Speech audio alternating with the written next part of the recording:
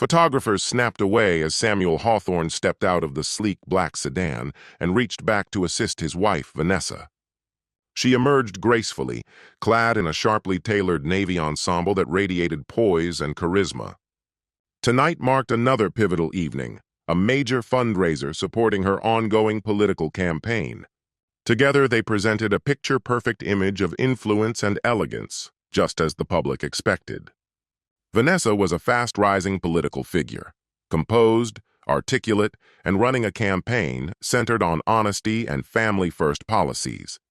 Samuel, a prominent attorney in his own right, stood confidently beside her, a devoted partner and steadfast ally. They ascended the crimson carpet toward the opulent ballroom, where chandeliers bathed everything in golden light. Vanessa offered her polished smile to the media, her arm gently entwined with Samuel's. He could sense a subtle quiver of anticipation in her grip. He responded with a gentle squeeze of encouragement, his heart swelling with admiration. In that instant, he couldn't have been more proud of her. He had always stood behind her, tirelessly supporting her aspirations. There were late nights spent fine-tuning debate strategies, countless donor events, and even times when he shifted his own professional duties to accompany her. She liked to say he was her not-so-secret advantage, a brilliant legal thinker who vetted policy drafts and a rock-solid presence who bolstered her public persona. As they stepped further into the ballroom, Troy Eastman approached them with his trademark energy. Troy, the ever-enthusiastic campaign manager, was youthful, driven, and constantly in motion. "Vanessa, Sam, you made it," he said, flashing a wide grin and lightly touching Vanessa's shoulder. "The mayor's already here, and the crowd's buzzing about your speech." Samuel noted how seamlessly Troy and Vanessa began chatting, voices low and animated as they discussed turnout figures. Troy leaned in a bit closer than Samuel thought necessary, but he dismissed the instinctive discomfort. Troy had played a crucial role in Vanessa's campaign, her strategist, coordinator, and frequent sounding board. He'd shaped rallies, refined key messaging, and consistently delivered results. Samuel respected his commitment. If Troy occasionally blurred personal boundaries, Samuel chalked it up to the chaotic, all-consuming nature of campaign life. They were all allies, united by a shared goal. Vanessa moved off to greet the mayor, leaving Samuel and Troy amidst the bustling crowd of donors and dignitaries. Samuel caught the eye of a passing waiter and took 2 flutes of champagne, handing one to Troy. "You've really pulled together something impressive tonight," he said conversationally. Troy gave a modest smile.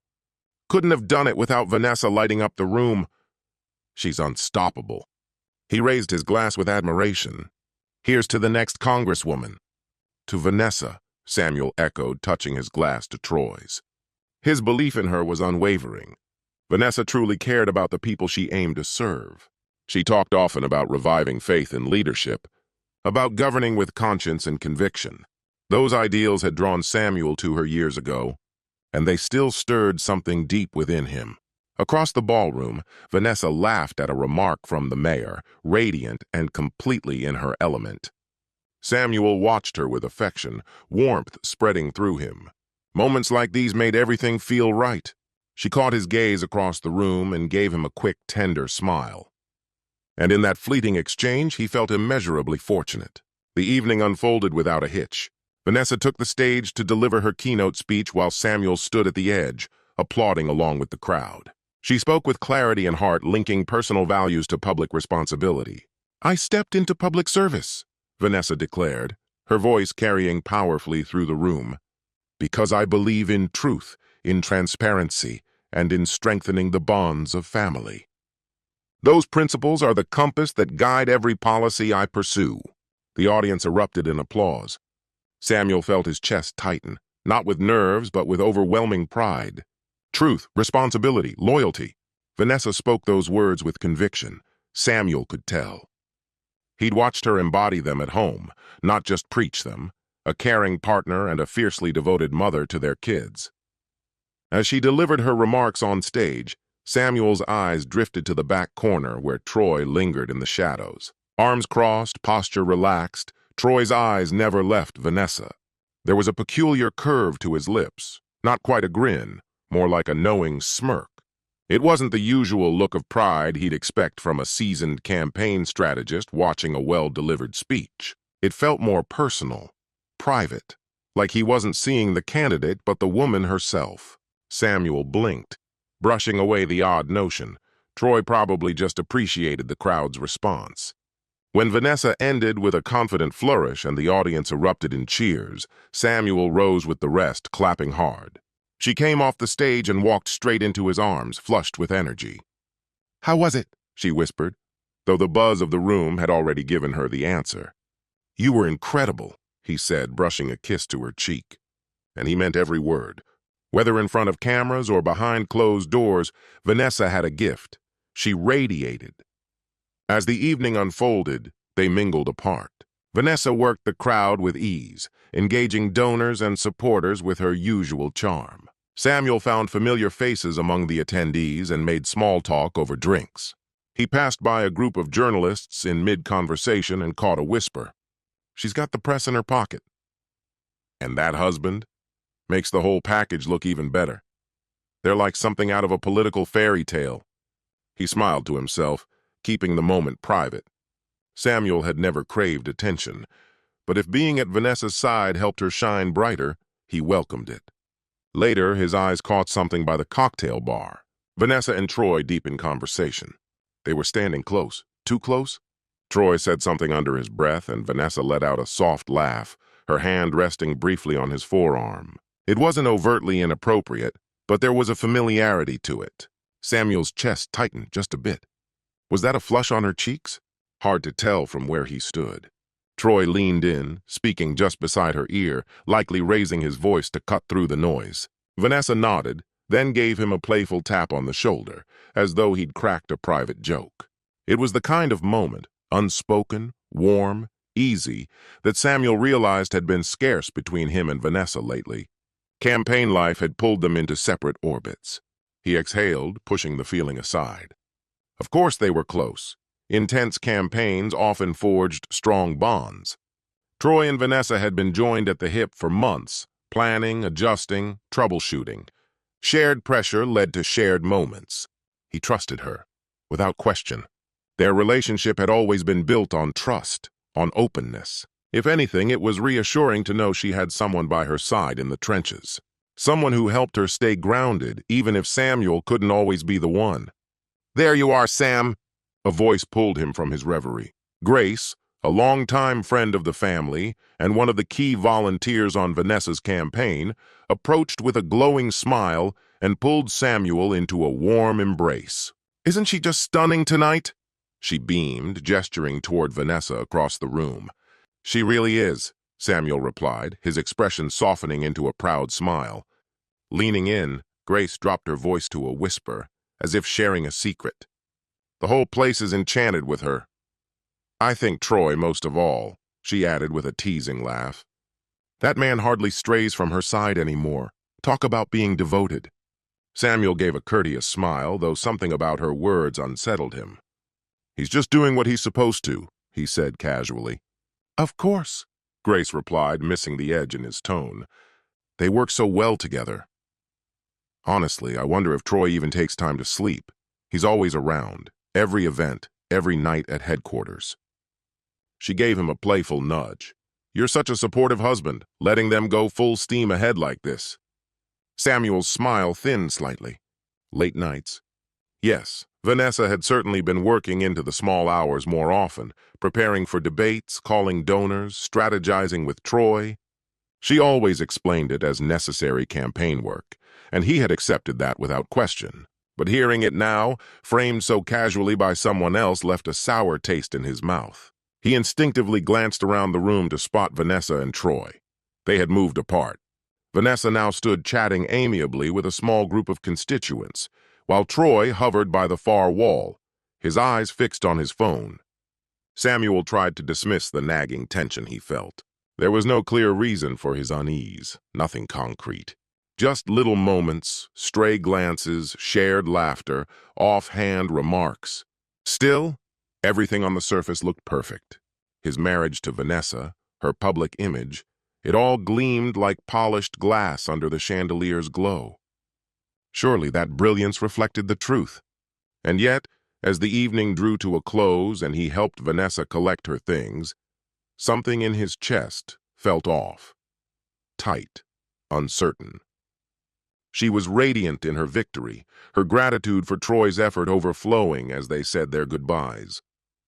On the ride home, she leaned her head against his shoulder, weary but content. He brushed his fingers through her hair and stared out the window at the blur of city lights. He told himself nothing was wrong. Everything was as it should be. They were the picture-perfect couple. Their life was golden. There was no reason to think otherwise. But that night, small fractures began to creep beneath that polished veneer, imperceptible yet dangerous. And those cracks would soon splinter everything he thought was solid. Chapter 2. Fractures Beneath the Surface. Sunlight spilled gently through the kitchen windows of the Hawthorne home, bathing the counters in a warm glow.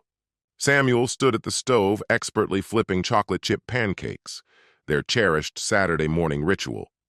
Emily, their 14-year-old daughter, sat at the kitchen island with her tablet, lazily scrolling. Meanwhile, 10-year-old James sketched intently on a pad beside her. Usually, Vanessa would be part of this familiar scene, clad in her robe and sipping her morning coffee, laughing with the kids. But today, like so many other recent mornings, her place remained empty. "She already left?" Emily asked without lifting her eyes, though her voice carried the weight of disappointment masked in teen apathy. Samuel slid a warm pancake onto James's plate and exhaled softly. "Yeah, early meeting." It was a line he'd repeated often lately. Vanessa had left before dawn, rushing off to a weekend strategy session with Troy and the rest of the team. The primary debate was fast approaching, and there was little room for rest. As she left, she'd pressed a quick kiss to his cheek and whispered, "Thanks for being so patient," while he groggily promised to take care of breakfast and the kids. He understood, or at least he tried his best to. Election seasons were like whirlwinds, brief but all-consuming. Ordinary routines vanished, swept away until the votes were counted. Even so, as he watched his children quietly pick at their food, guilt gnawed at him. They longed for their mother. Samuel did too. He attempted to mask the absence with a bit of enthusiasm. "How about we stop by the campaign office later? Bring your mom some lunch?" James's face lit up. "Really? Can we, Dad? We haven't seen her since, like, forever?" The exaggeration pricked something in him. Vanessa had been home recently, but maybe James had sensed that even when she was physically present, her focus had been elsewhere. Emily finally looked up from her tablet, a doubtful expression shadowing her face. "She's probably slammed." "I don't want to interrupt." There was a flicker of pain behind her casual tone, a teenage veneer that couldn't quite hide the hurt. "I don't think she'd mind," Samuel said softly. "She'd be glad to see us." He reached out to tousle Emily's hair, but she shifted away, unreceptive. And truthfully, Samuel wasn't certain it was a good idea either. He knew how intensely Vanessa worked when she was with Troy and the rest of the campaign crew. Would an unexpected visit lift her spirits or add more pressure? He decided to hold off. Instead, he reassured the kids that a special dinner was on the horizon, maybe after the upcoming debate. "Just a few more weeks," he told them and himself. "Then we can all go back to how things were." That afternoon, while the kids ran around in the backyard, Samuel retreated to his home office to catch up on legal briefs. As a senior partner at a respected law firm, he often brought work home. But today focus eluded him. He couldn't stop thinking about what Grace had said at the fundraiser. "He's always with her, burning the candle at both ends." The words lingered. Vanessa had indeed been working late, night after night. In the beginning, those long hours had been spent at home. He remembered her on late-night calls with Troy, pacing across the living room while his voice crackled from the speakerphone. But lately she'd been out more, either at the office or bouncing between events, and slipping into bed well after he was asleep.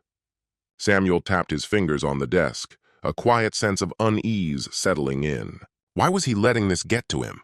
He trusted her, had always trusted her. Their 15-year marriage had its ups and downs, but honesty was something they'd both valued deeply. This wasn't about doubt, he told himself. It was about disconnection.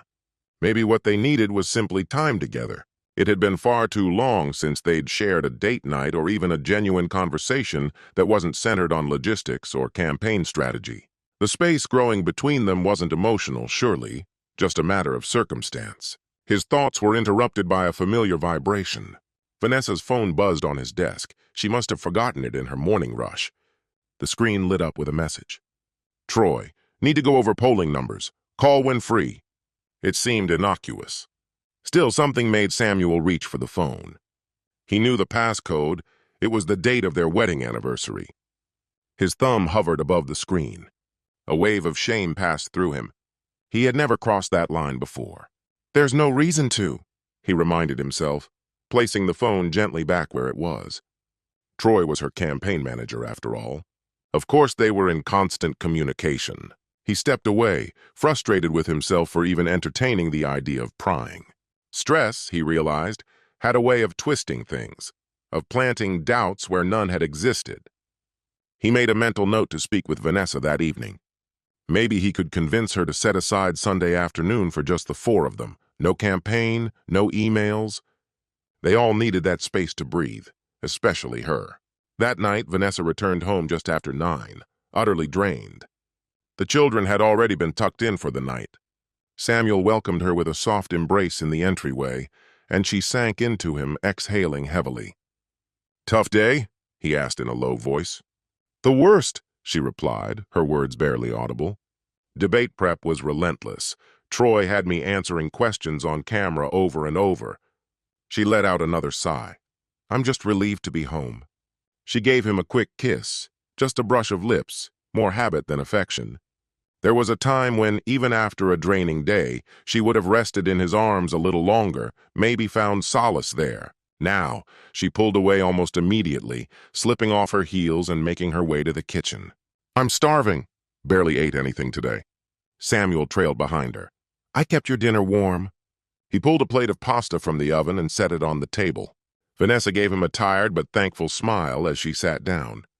He took the seat across from her, hoping to start a conversation. While she wound noodles around her fork, he said gently, "The kids were asking about you today. We all missed you." A flicker of guilt passed over her expression. "I know. I hate being away from them. After the debate, I'll make it up to them. I promise. It's just a few more weeks of this." "I get it," he said, reaching across the table to cover her hand with his. "But maybe tomorrow we can all go to the park or grab dinner somewhere. Just a little family time." Vanessa gave his hand a faint squeeze. "Tomorrow's packed. We're filming that campaign ad most of the day. Then I've got the donor dinner in the evening." She caught the flicker of disappointment on his face and paused, her fork halfway to the plate. "Sam, I'm sorry. I really am. I hate how this is affecting us. I hate being away. But I'm doing this for all of us, for our future. Sometimes I wonder if it's even worth the cost." Her voice cracked and her eyes welled up, rimmed with fatigue and frustration. Samuel's heart tightened. He moved to kneel beside her, resting a hand on her arm. "Hey, don't say that. Of course it's worth it. You're going to change things, make a real difference." He gently wiped a tear from her cheek with his thumb. She leaned into his touch, eyes fluttering closed for a moment. In that instant, the emotional space between them seemed to shrink. Here was the woman he had fallen in love with, overwhelmed but still full of purpose, needing him. How had he even started to question her commitment to them? Vanessa managed a tired smile. "What would I do without you?" "You'll never need to find out," he murmured, pressing a kiss to her forehead. They made their way upstairs not long after. Vanessa was too drained for anything but sleep. She collapsed into bed, and within moments her breathing slowed into a deep, steady rhythm. But Samuel remained awake, lying beside her in the dark, his mind buzzing. He had set aside his own fears to comfort her, but that didn't mean they'd vanished. Small fractures had begun to show in the surface of their once stable life, barely visible, but there. He told himself again it was just the pressure. Campaigns tested even the strongest marriages, everyone said so. "Trust her," he repeated silently as his eyes finally closed. Trust her. Yet trust, he knew, could be as delicate as spun glass. It didn't take much, just one wrong moment, one hidden truth, for it to shatter. And Samuel was on the brink of uncovering something that would turn those hairline cracks into a break that could not be mended. Chapter 3. Shattered Reflections. 1 week later, on a strangely chilly Tuesday evening, Samuel's world shifted, permanently and cruelly. It all started so quietly. He was staying late at the office, buried in case prep. Vanessa was attending a campaign event in the neighboring county, expected back later that night. Their children, Emily and James, were at a cousin's house for a sleepover. So when Samuel finally got home around 10 p.m., the house greeted him with an unfamiliar silence. As he walked into the master bedroom, loosening the knot of his tie, the quietness of the house greeted him. His eyes landed on a familiar sight, Vanessa's travel bag left near the doorway. She must have dropped by after the event. "Vanessa," he called into the silence. No response. Maybe she'd headed out again, possibly back to the campaign headquarters or out running errands. Still, something about it unsettled him. She hadn't said anything about coming home first. While moving to hang up his suit jacket, something on the nightstand caught his attention. Her phone was there, buzzing with new notifications. She'd forgotten it, again. 2 unread messages from Troy and another unopened text lit up the screen. Samuel reminded himself not to pry. He reached out, intending to set the phone aside. But then the display blinked with a fresh message. His breath hitched. "Can't stop thinking about last night." It was from Troy.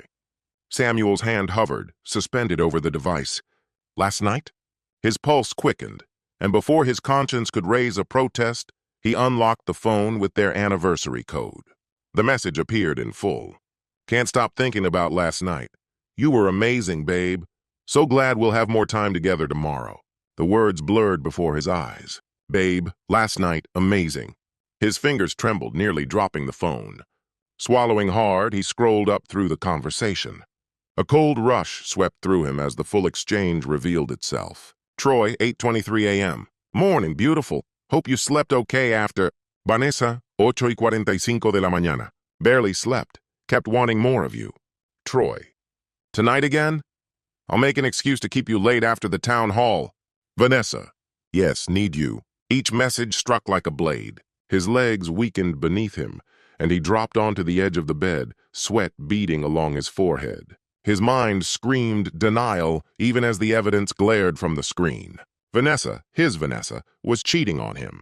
With Troy. Those campaign road trips, the late-night strategy sessions, the casual closeness he'd observed, it all made cruel sense now. He kept scrolling. More messages. Explicit. Mentions of hotel room rendezvous. Secret kisses behind public events. Complaints about the strain of pretending. One message from her read, "I hate lying to Sam, but I can't stop. I don't want to." That one hit hardest. Another from Troy practically sneered, "He's so clueless, doll.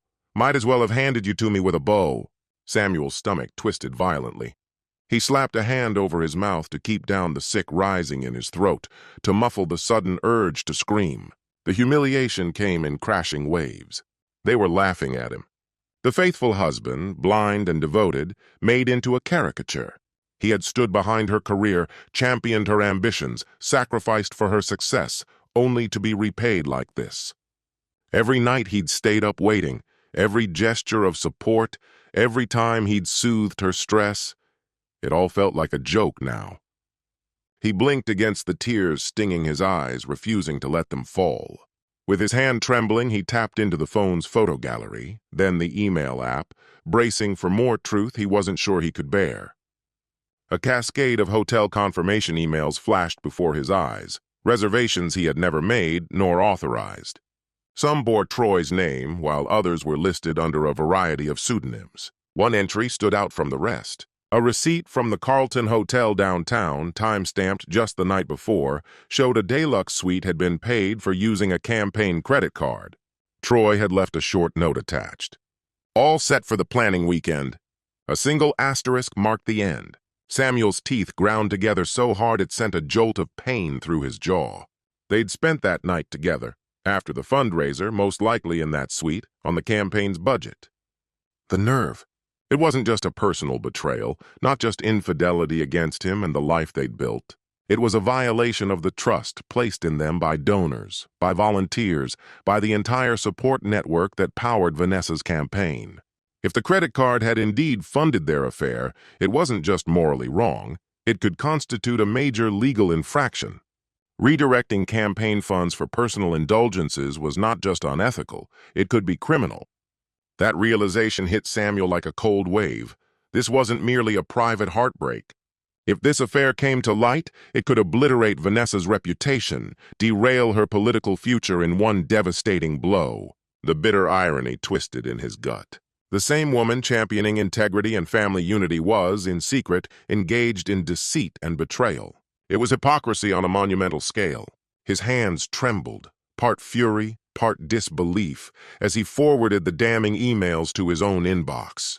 He snapped photos of incriminating text messages, each motion robotic, his legal instincts taking over amid the emotional storm.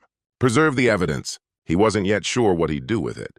But the lawyer in him understood the strength of irrefutable documentation. At the very least, it might be essential if things led to divorce, or a fight over custody. That word, custody, struck him like a punch to the chest. Emily James? A strangled cry escaped his throat. Would this tear their family apart completely? Had the children sensed something was wrong? He remembered Emily's sharp remarks about Vanessa's constant absence, the frustration in her voice. How could he protect them from what was coming? His mind conjured statistics he'd once read, articles about the psychological toll of a parent's infidelity on children. The sense of betrayal, the erosion of trust. 75% of children, the studies said, carry lasting emotional wounds from such experiences. Would his kids fall into that majority now? That Vanessa had taken this risk, had placed their children in harm's emotional path, Samuel's sorrow morphed rapidly into rage. Then came the sound. The front door creaked open downstairs. Vanessa's voice floated up, uncertain and nervous. "Sam, are you here?" She sounded tense, maybe realizing her phone was gone. Samuel rose to his feet, heart pounding like a drumbeat. For a fleeting moment, he considered confronting her right there, laying bare his grief and unleashing the storm inside him. But as her footsteps ascended the stairs, something within him hardened. No. He wouldn't lash out without control, without facts ready to lay bare. If his career in law had taught him anything, it was the power of calm, deliberate preparation. He clenched her phone tighter in his grip. This was his first weapon, but not his last. He needed more. Evidence that couldn't be twisted or denied. Proof that would withstand scrutiny and lies. If he confronted her now with what he knew, she might deflect, erase the trail, weave another web of half-truths, given the deception she'd already spun. He couldn't accept anything she said at face value. With a shaky breath, Samuel quickly shut off her phone and returned it to the nightstand, as if it had never been touched. He wiped at his eyes, desperate to remove the evidence of his tears, and inhaled deeply. Vanessa appeared in the doorway of the bedroom. The low light caught the flicker of surprise on her face. "Oh, you're back," she said, her smile forced and tight, eyes not matching the curve of her lips. Her expression was taut. Maybe it was fear over the phone, or maybe guilt. Samuel wondered how he'd ever failed to see it before. "Got in a little while ago," he answered, tone steady but distant. His voice sounded foreign, cracked around the edges but measured. He focused on keeping it that way. Vanessa's gaze darted to the phone resting innocently by the bed. The tension in her shoulders eased. I left my phone when I changed earlier," she offered quickly. Realized after the event and came back to grab it. Samuel only nodded, eyes fixed on her every move. There was a time he would have walked up to her, arms outstretched, welcoming her home with a kiss. That time was gone. Now the idea of touching her made his skin crawl. He worried he might flinch, or worse, erupt. "How was the event?" he asked, brushing past her into the hallway, needing space. His hands stayed buried in his pockets, hiding the tremble in his fingers. Vanessa seemed caught off guard by the small talk. "It was good. Big crowd." She stopped, watching him as he turned his back and fussed with a jacket tossed over a chair. "Sam, are you okay?" She picked up on the subtle shifts. Years together had trained her to detect them. Samuel faked a yawn. "Just tired," he replied. "Work's been draining." It was true, in part. He was utterly spent. Beneath the shell of calm, he was a wreck, crushed, angry, barely holding it together. She moved closer and rested a hand on his arm. "You seem off. Is something wrong?" Once her tenderness would have softened him, but now it rang hollow. How could she pretend to care when she was the very cause of his anguish? A flicker of rage sparked in him, but he buried it beneath a composed smile. "Just work," he said easily. "I'm fine." He finally turned to face her fully. Some part of him still longed for her to come clean, to offer some explanation, anything that might make this betrayal make sense. But all she did was stare back at him, concern painted perfectly in her familiar brown eyes. A flawless act. Revulsion washed over him. Not just for her, but for himself, for playing along. Vanessa reached up and brushed his cheek. He resisted the urge to recoil. "You should sleep," she murmured. "We both should." "Yeah," he agreed, stepping away under the excuse of grabbing his charger. "I'll be right in." As she disappeared into the bathroom to get ready for bed, Samuel leaned heavily against the dresser, eyes shut tight. A storm raged inside him, grief, fury, shame, and worst of all, an aching emptiness where love and trust had once lived. The image of her just now, gentle, attentive, clashed grotesquely with the vulgar, treacherous messages he'd read not long before. It felt like a stranger had stolen his wife's face and wore it with unnerving ease. His eyes opened to the familiar side of their wedding portrait resting on the dresser. The image captured them both smiling under a brilliant sky, radiating youth and promise. He had once pledged to love her unconditionally, while she had sworn to remain true. They had planned to be partners in every sense, a united front, a family. Now Samuel caught a glimpse of his own reflection in the frame's glass. Hollow, worn, haunted. A jagged crack spidered through the surface, distorting the photograph, mirroring the fracture in their life. With care, he turned the picture face down, hiding it from view. In the bed behind him, he lay still, feigning sleep, his back rigidly turned toward her. Vanessa slid into bed beside him and murmured, "Good night." He said nothing. The silence around them was heavy, but Samuel's mind was anything but quiet. What was he supposed to do now? A confrontation tonight was impossible. He couldn't trust himself to remain composed, and he wasn't prepared. There were still too many questions, too many pieces missing. How long had it been going on? How many lies had she told? He needed proof, not just for clarity, but because something sharper and colder was forming inside him. Humiliation may have come in private, but public disgrace was another matter. As a lawyer, Samuel understood the power of a well-built case, and now bitterly he saw that he was the plaintiff in one. Samuel Hawthorne versus Vanessa Hawthorne. Cause of action: betrayal. But this trial wouldn't unfold behind courtroom doors. Vanessa's public image had been sculpted on the foundation of trust, integrity, and transparency. No, this would need to be judged in the arena of public opinion. A spark of resolve ignited in Samuel's eyes as he stared into the darkness. Justice, once pure, was beginning to mingle with something more volatile: vengeance. If she had lied to him, to their children, and to the people who believed in her, why should she be spared the consequences? He recalled how other politicians had fallen. One in particular came to mind, a would-be president undone by an affair with a staffer. His career had ended in a single humiliating headline. The public had little patience for hypocrisy, especially from those who wore morality like a badge. Vanessa seemed to think she could juggle prestige, admiration, and secret indulgences, all without ever paying the price. Samuel's hands clenched at the thought. She was wrong, and he would make sure she learned that lesson, but he couldn't act in haste. He breathed out slowly, steadying the storm inside. There was no room for error. He would gather irrefutable evidence of her infidelity and anything else she was hiding, and when the time came, not before, he would strike with precision. He would pull down the curtain she so carefully held up, exposing the truth for everyone to see. Behind him, her breathing had slowed into the peaceful rhythm of sleep. She believed her secrets were secure. But Samuel lay awake, eyes wide, the ache in his chest hardening into something unbreakable. His world had splintered, and in the shards, he found a vision of what must come next. He would not remain the passive victim. He would become the force that set things right. In the hush of the night, Samuel made a silent vow. Vanessa's deceit would not remain hidden. She and the man she'd betrayed him with would answer for it. No matter how public, no matter how devastating. Chapter 4. Behind Closed Doors. In the weeks that followed, Samuel led a life split in two.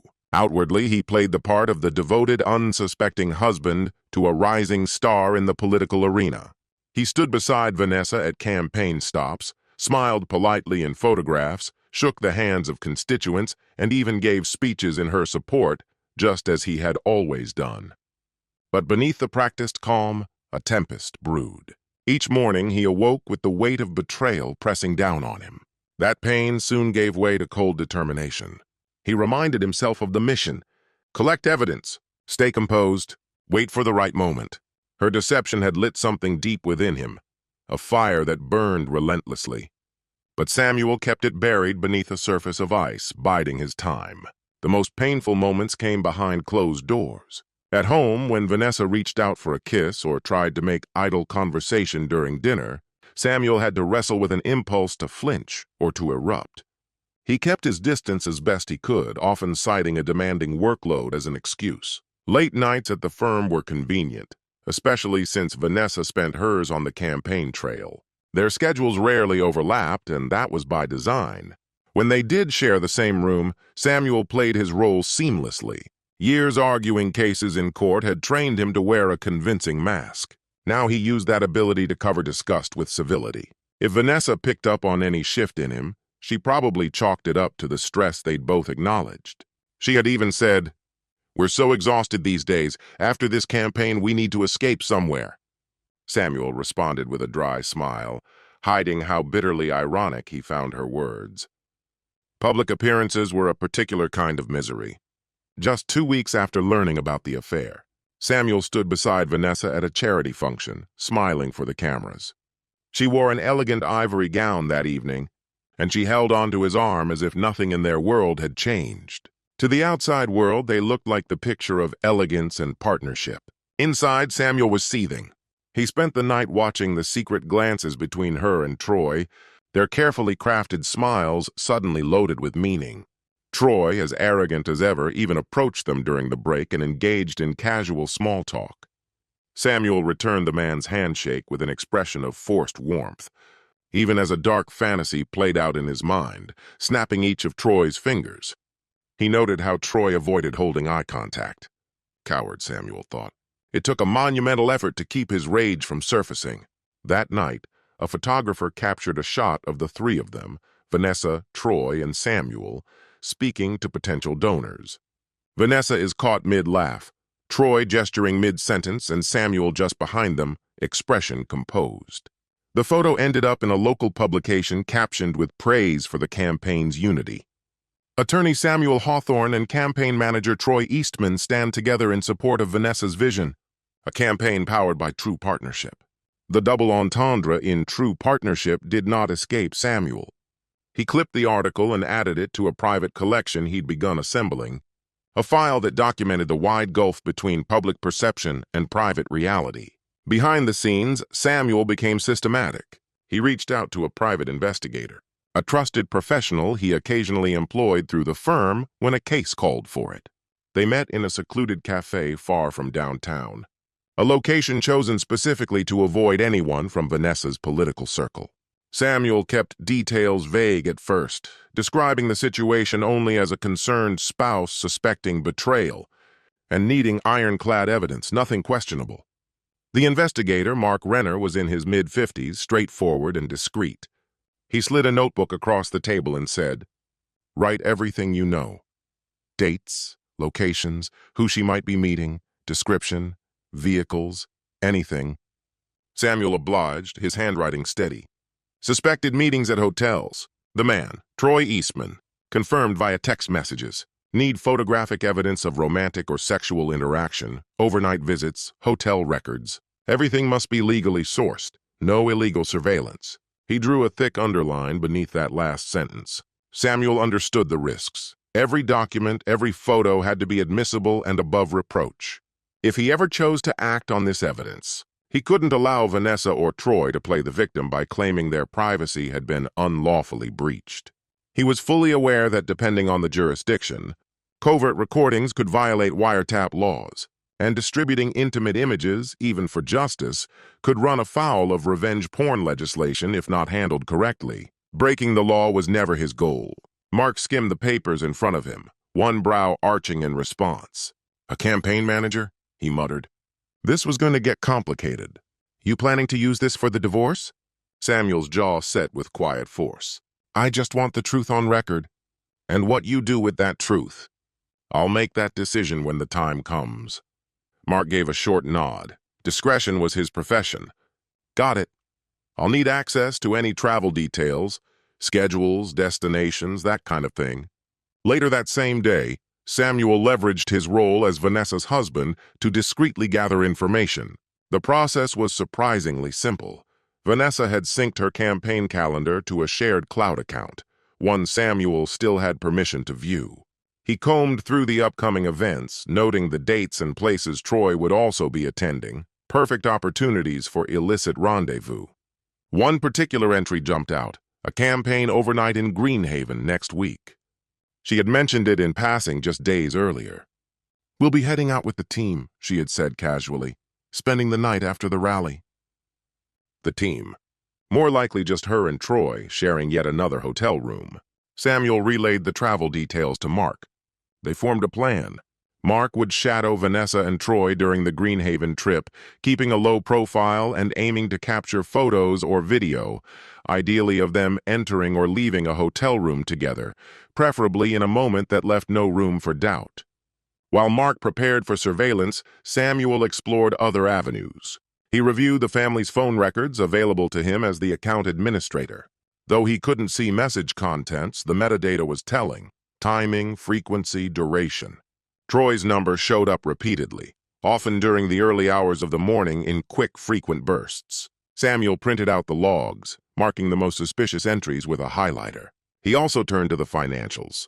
The household credit cards showed no unusual charges, but the campaign's spending reports, publicly available, told a different story. Samuel, a lawyer by trade, knew where to retrieve the filings from the State Election Commission. In the most recent quarterly report, he noticed multiple hotel bookings and travel expenses aligned with dates when he suspected Vanessa and Troy were together. 2 charges at the Carlton Hotel stood out. He recognized the name from an earlier email receipt. The expenses were labeled Campaign Strategy Retreat. Samuel checked his personal calendar. Vanessa had told him she'd be rooming with a colleague that night because it was too late to return home. That colleague must have been Troy. The so-called strategy retreat was likely nothing more than a euphemism for an affair. Another line item caught his eye: a reimbursement made to Troy for travel expenses. City Inn Motel, Greenhaven. The amount was small, but the implication was significant. The charge lined up perfectly with the Greenhaven event, suggesting yet another overnight rendezvous. With each revelation, Samuel's fury deepened. This wasn't just about infidelity. It hinted at misuse of campaign funds, a serious legal violation. He saved copies of the records. Using donor money to finance a private affair? That was explicitly forbidden, and he knew it well. At night, once Vanessa had gone to sleep, Samuel would withdraw into his study. There, he began building a meticulous archive, digitally secured and physically locked. He labeled it in his mind, The Evidence. It held screenshots of messages, including one that had tipped him off in the first place. Though he hadn't dared reopen it on her phone, he had saved a copy to an encrypted drive. Alongside it were phone records, financial reports, and pages of handwritten notes. He felt less like a husband and more like an attorney preparing for trial. Except this wasn't a client's case. It was his life. Some nights, the weight of it felt surreal. Just weeks ago, he had been unaware, living a normal life. Now he was piecing together a dossier like a seasoned investigator. Adrenaline and anger were the only things keeping him going. Sleep became a luxury he rarely indulged. Instead, he sat at his desk long into the night, surrounded by damning evidence, fists clenched, mind racing with fantasies of retribution. But in public, he wore his mask well. To the outside world, nothing seemed off. One afternoon, during a visit to campaign headquarters, he'd stopped by with a tray of cookies Emily had insisted they bake for Mom's team. A volunteer beamed at him. "You two are the sweetest couple," she said warmly. Samuel smiled. He said nothing. "We can all see how devoted you are to her, Mr. Hawthorne," Samuel responded with a warm, practiced smile, nodding appreciatively. But his eyes drifted across the room, catching sight of Vanessa and Troy side by side, heads bowed over a single document. As the well-meaning volunteer walked away, oblivious, he thought bitterly, if only you had the full picture. The contrast between what others believed and what he knew had never felt so brutal. Vanessa herself had from time to time remarked on how withdrawn he seemed lately. One night, well past midnight, she had slid close to him in bed, gently touching his chest in a way that once might have stirred something in him. "It feels like we're strangers these days," she murmured. Samuel had to fight the rage rising inside him, the nerve of her to reach out for closeness after everything with Troy. Without a word, he moved her hand aside and feigned drowsiness. "Just tired," he mumbled. She let out a quiet sigh and turned away. In the pitch-black room, he stared up at the ceiling, his chest tight with resentment and confusion. Did she still care for him in some buried way? Did guilt tug at her? Or was this all just a front? Another piece in her careful performance, designed to keep suspicions at bay? Every affectionate gesture, every tender word, now came with a question mark. He no longer trusted any of it. Living like this was corrosive, but it was also temporary. He had to hold on until everything was ready. At least the children remained largely unaware. Their lives were filled with school, friends, and weekend activities. Vanessa made a point of staying attentive with them, returning from campaign stops with souvenirs, talking excitedly about future plans once the election was over. Samuel clung to those innocent moments with them like lifelines, helping with science projects, cheering at James's baseball games, watching Emily shine on stage at her school play. Sometimes those days almost felt like the life they used to have, until reality pulled him back with a jolt. Their days as a family were numbered. He often wondered if the kids noticed the subtle shifts, the lack of shared laughter at the dinner table, or how he now slept in the guest room more often than not, claiming he didn't want to wake Vanessa when he came in late. If they did sense something was wrong, they said nothing, and Samuel intended to protect them from the truth for as long as possible. Roughly a month into his quiet investigation, Samuel received a call that changed everything. Mark Renner's usual gruff tone had a sharp edge of excitement. "I've got something," he said. "Greenhaven came through." Samuel's heartbeat surged. He stood, locked his office door, and spoke low into the receiver. "Talk to me." "Just like we discussed, I followed them after the rally. They left the rest of the group at the bar around 11, drove off in her car. Just the two of them." Mark paused, then added, "They went to a motel off the highway, Greenhaven Lodge. I got shots of them kissing in the car before they went inside." "Room 214. Samuel said nothing, his breath caught in his chest. "I also got time-stamped photos of them entering the room together and not coming out until dawn, around 6 a.m., both still in the same clothes." Mark hesitated again. "And there's one shot I managed to get through a gap in the curtains.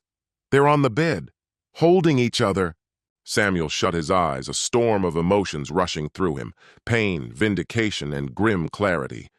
It was like being stabbed and handed a weapon at the same time. Painful as it was to imagine her wrapped around another man, this was the undeniable evidence he'd been waiting for. Hard proof, both motive and opportunity, of an affair. The kind that no lawyer could dismiss. Photos of a kiss, an overnight stay, a glimpse of intimacy. The just co-workers narrative wouldn't survive this. "Send everything. Use the secure address I gave you," Samuel said, voice steady now. "Already done," Mark replied. "Encrypted. The password's your case number." Samuel appreciated that. The clinical way Mark treated the evidence, as if it were any legal matter. "What about payment?" Mark asked. "I'll double it," Samuel said quickly, "and I might need you again, 1 or 2 more times before this is over." Mark didn't hesitate to accept. Money had a way of ensuring loyalty and silence. That evening, Samuel sat in front of his laptop, his fingers steady on the trackpad, his expression unreadable. One by one, the images loaded onto the screen. Vanessa and Troy, caught in a heated embrace outside a rundown motel, her arms looped tightly around his neck. Another photo showed Troy lugging what was probably her overnight bag as they disappeared through the door. A blurry telephoto shot captured through a gap in the curtain showed two shadowy figures tangled together on a bed, his wife unmistakably astride Troy. Morning came, and with it, images of the two leaving the motel, their appearance disordered. Vanessa's hair was tousled, her blouse creased. Troy wore a self-satisfied grin, his hand resting low on her back as he ushered her toward a car. The evidence was damning. Samuel's hand curled into a fist so tightly the knuckles turned pale. He had to avert his eyes, taking a deep breath to steady himself. Even though he had braced for it, witnessing the betrayal in vivid, undeniable detail struck like a fresh wound. Methodically, he saved the photographs with the rest of his collected evidence. The case he was building was nearly complete. He had it all. Text messages that openly confirmed the affair. Clear photographic proof of infidelity. Hotel booking records, suspicious expenses, and call logs that aligned too perfectly. Each piece alone could trigger outrage. Together they formed a perfect storm, and Samuel fully intended to unleash it when the moment was right. One final detail remained: the ideal setting for exposure. Samuel wasn't interested in a private confrontation or a discreet legal separation. No, he wanted something theatrical, fitting, a moment of justice delivered with flair.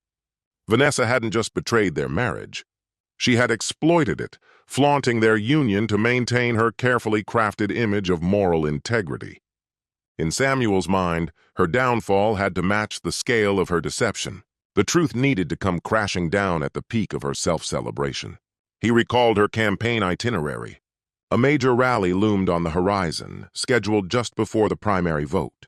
It would be her most significant event yet, drawing press, financial backers, and an enthusiastic crowd eager to hear her speak on character and family values, themes that now felt like a cruel joke. She would be basking in adoration, standing tall under the spotlight. What better time to expose her? The thought alone made Samuel's pulse race with dark anticipation.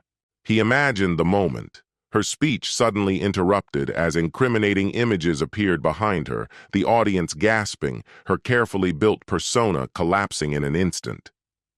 That would be it. Still, he reminded himself to proceed with care. Executing such a spectacle would demand flawless precision. He couldn't just storm the stage with a USB stick and plug in. Security would be tight, and staff could cut him off. He needed a subtler approach, access to the presentation equipment, or a well-timed disruption. Luckily, as her husband, he retained a level of trust at her public appearances.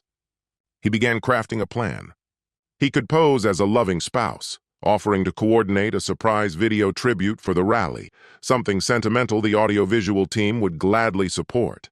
That might give him legitimate access to the projection system, no questions asked. Alternatively, he could plan a sudden hijack of the mic and screen. Riskier, yes, but not impossible if executed swiftly. As the rally day neared, Samuel made it a point to visit the venue under the pretense of helping organize the event. The rally was set to take place in a central city park, with a professional stage setup and a massive LED screen mounted behind the lectern, meant for campaign visuals and live feeds. It was ideal.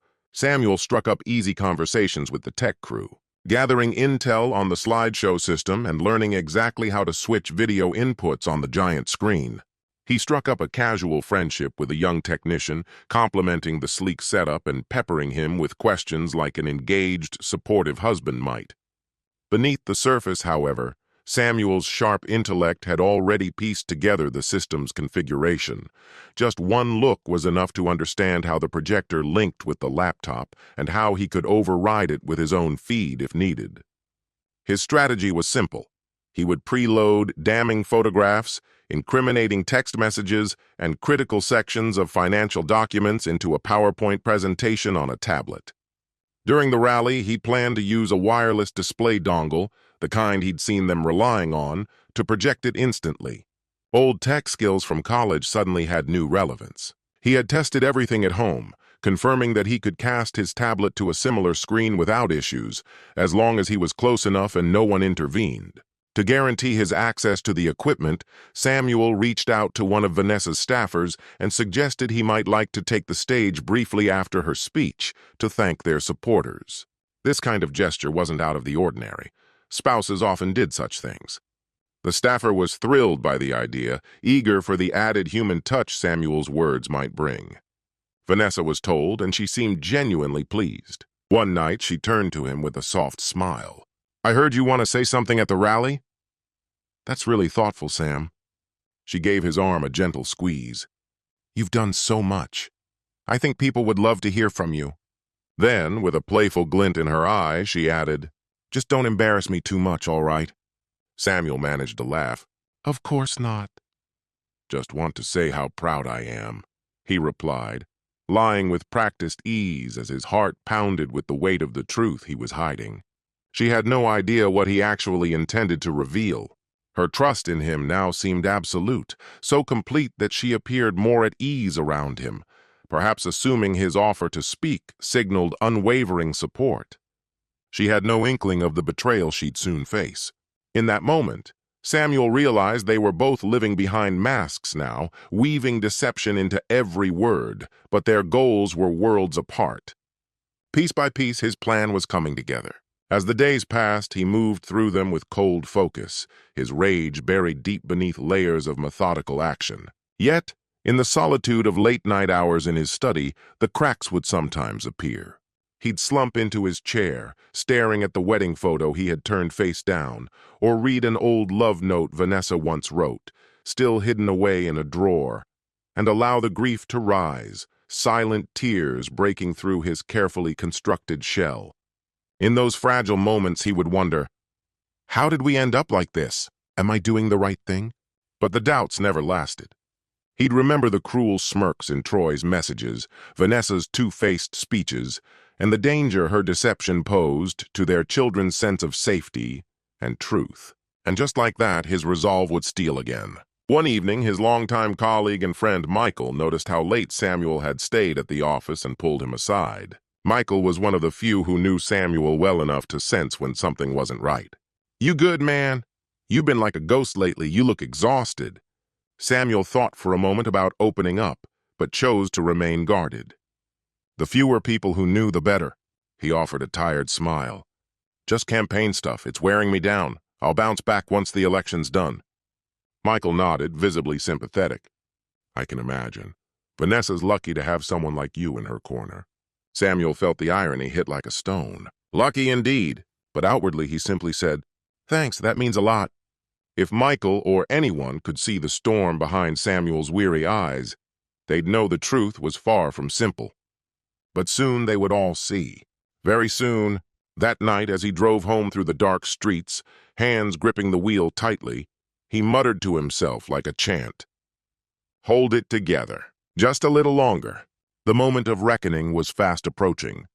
And when it came, there would be no room for error. There would be no room for mistakes with something this volatile. He slid into bed a little after midnight. Vanessa was already fast asleep, a gentle smile playing on her lips, as though her dreams were kind and sweet. In the dim glow of the hallway light, Samuel studied her face. So familiar in shape, yet now it felt like a stranger's. Not a flicker of affection stirred in him, only the cold resolve of a man with a purpose. He rolled onto his back, eyes fixed on the ceiling, silently ticking off the days. His version of justice was coming. It was only a matter of time. Chapter 5. The Breaking Point. Even with all the groundwork laid and the damning proof collected, Samuel found his self-control beginning to fray as the rally approached. Living the lie each day was eating away at him. Every forced smile, every hollow word added another weight to carry. And just days before his planned public exposure, something happened that pushed him closer to snapping. It was Thursday night, and Vanessa was scheduled to speak on a televised panel about ethics in politics. Samuel sat in the living room, TV on, not just out of bitter curiosity, but to catch any hypocrisy he could later hold against her.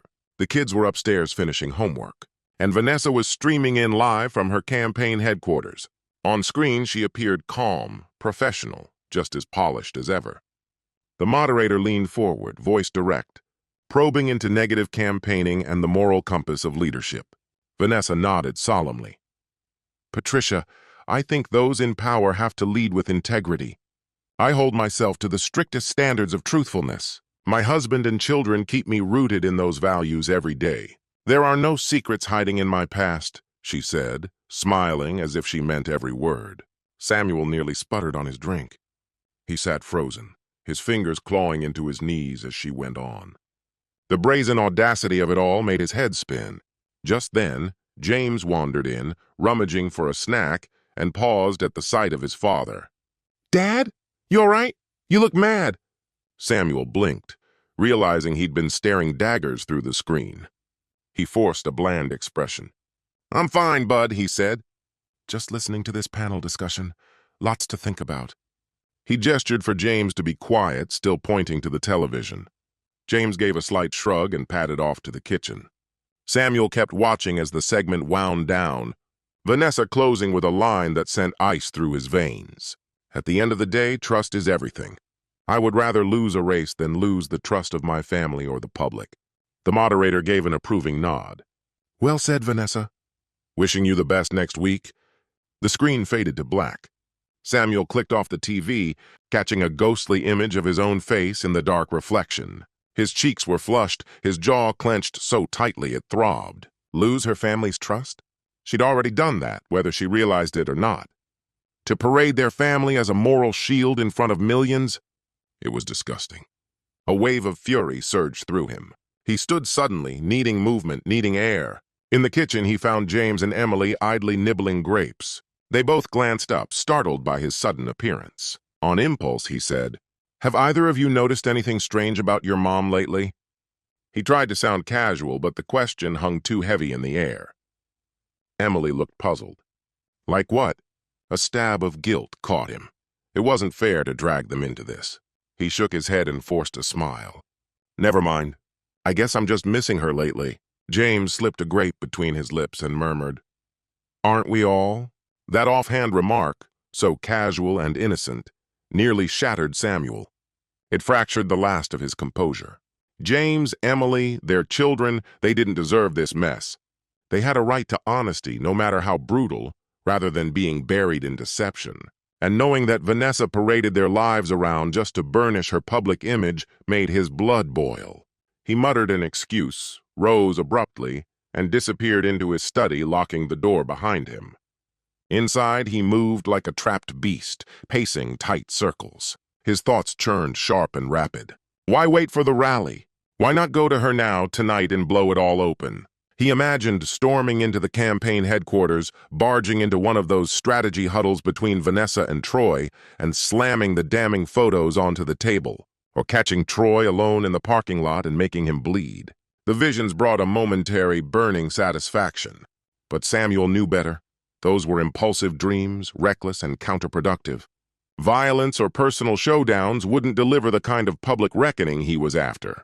While he wrestled with his fury, his phone vibrated on the desk. Troy, of course. A campaign update in a group chat with Vanessa. "Great job on the panel, Vanessa. Positive trend lines everywhere. Strategy session tomorrow, 7 a.m. for the debrief." A smug thumbs-up emoji followed. Samuel stared at the screen, vision reddening with rage. The sheer nerve to applaud her publicly, to pretend loyalty and professionalism while sneaking around with her in private. If Troy were standing here now, Samuel wasn't sure he could stop himself. He slammed the phone onto the desk.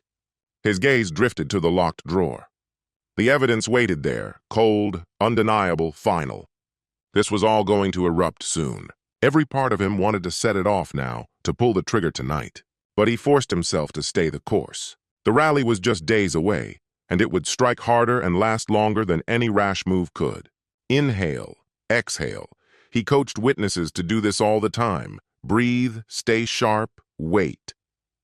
The desk phone rang suddenly, the private line. He answered, caught off guard to hear Grace's voice. A longtime family friend, a campaign volunteer. "Sam, I'm really sorry to call this late," she said, her voice hesitant. "It's all right, Grace," he replied, smoothing his tone. "What's going on?" There was a pause. Then, "This is kind of awkward, but is everything okay between you and Vanessa?" A twist of nausea hit his gut. "What are you talking about?" Grace lowered her voice as if someone might be nearby. "I was finishing up with the phone bank logs and I saw something. Vanessa and Troy. In her office, another beat. It seemed personal. Maybe I'm wrong, but it didn't look like a work meeting. Even now, Samuel felt his pulse quicken. Grace had noticed. To him, the affair had become impossible to ignore. But now someone else was seeing it too. For her to even mention it meant their behavior was slipping, the mask cracking. Vanessa and Troy must have thought the coast was clear. They'd grown careless, too confident. Samuel knew he had to tread lightly. The plan still needed to stay under wraps. Just a few more days. Grace, he said slowly, thank you for bringing this up, but I really think it's nothing. He tried to sound casual, brushing it off. The campaign's intense and they're just co-workers under pressure. You know how sometimes things can look more intimate than they are. The lie left a sour taste in his mouth. Grace didn't look entirely convinced. If you say so, she replied, her tone unsure. It just didn't feel right to me. I care about you both. And the kids. Her voice faded, weighed down by concern. Samuel heard the sincerity and his guard dropped a little. I know. And I really do appreciate you saying that, he said gently.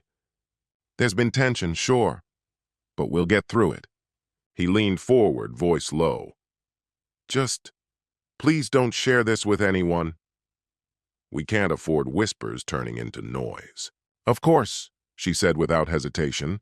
I just hope you two get some time together after all this settles. Let me know if there's anything I can do. After ending the call, Samuel sat still, the phone resting in his hand.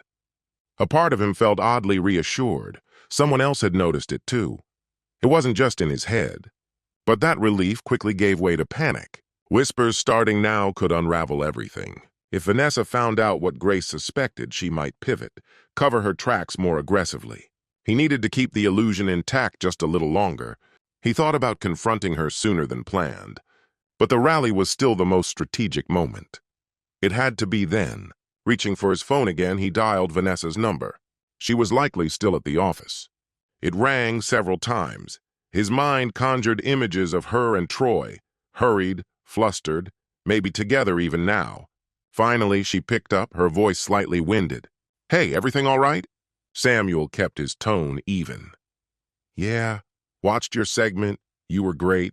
The words came out smoother than he expected, without a hitch. Just wondering if you're heading home soon. I've got a few things left to wrap up, Vanessa replied quickly. Don't wait up. Could be a late one. In the background, he caught a muffled voice. Male. Troy, no doubt. His jaw tightened. Okay, he said. Don't overdo it. He ended the call but didn't move, phone still pressed to his ear. That was the moment. The final crack in his restraint. Hearing Troy's voice echo faintly behind hers, picturing them diving back into their deceit, it steeled him. Any flicker of hope that she might admit to it, that she might feel guilt, evaporated. She wasn't just lying, she was brazenly gambling with exposure. No more hesitation. His plan would go forward at the rally, and it would be ruthless.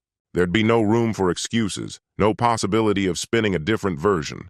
The following day, he worked through the presentation again, perfecting every detail. Each slide was in place. First came the photograph, Vanessa and Troy, mid-kiss. No one would be able to deny what they were seeing. Then a series of text exchanges, damning words boxed in red, undeniable.